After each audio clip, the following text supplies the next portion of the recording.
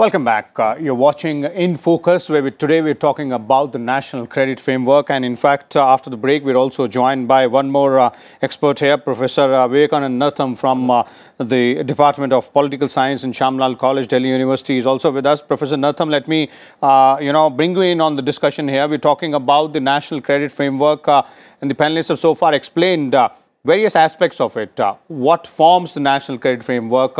What changes it will bring? From your point of view, when we are talking this integration between the school education and the higher education, how useful do you believe the National Credit Framework will be, and how complementary will it be to the NCF, the curriculum framework which we were talking about earlier, and of course the overall national education policy?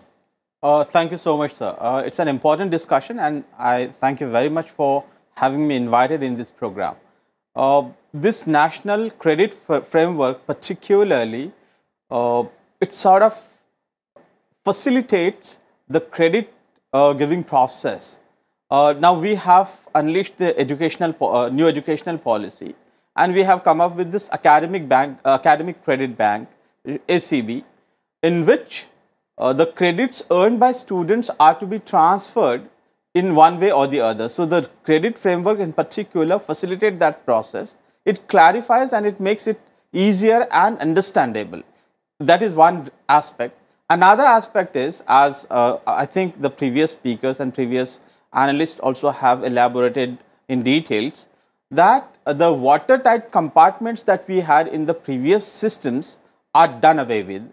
Now here educational, the academic education, then vocational education, and also experiential learning, all these three things have been brought together, and therefore when we, in the beginning, we only had the credits, primarily the emphasis was laid on the academic learning. Not so much of importance was given to vocational learning and the experiential learning.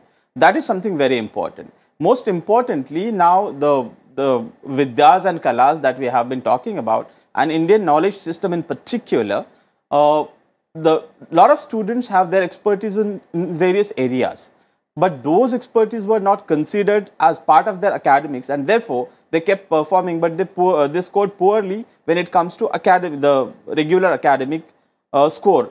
Now that is done away with. So since the vocational training and experiential training has also been incorporated into the mainstreaming of the credit process, I think that is very important, and that gives a way for students to explore and to manifest their inherent abilities and to be experts in the chosen areas. For example, the sports.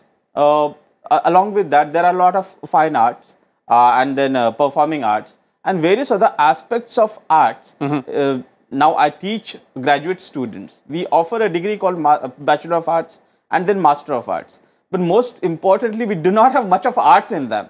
So now in real sense, the art is being incorporated, the art would be taken into consideration, and the platform is being provided. In this regard, this is an important development. Okay, so flexibility there, taking into consideration the choice of the student, the areas or the discipline which the student wishes to pursue, and also the excellence in which, in the fields where students is working.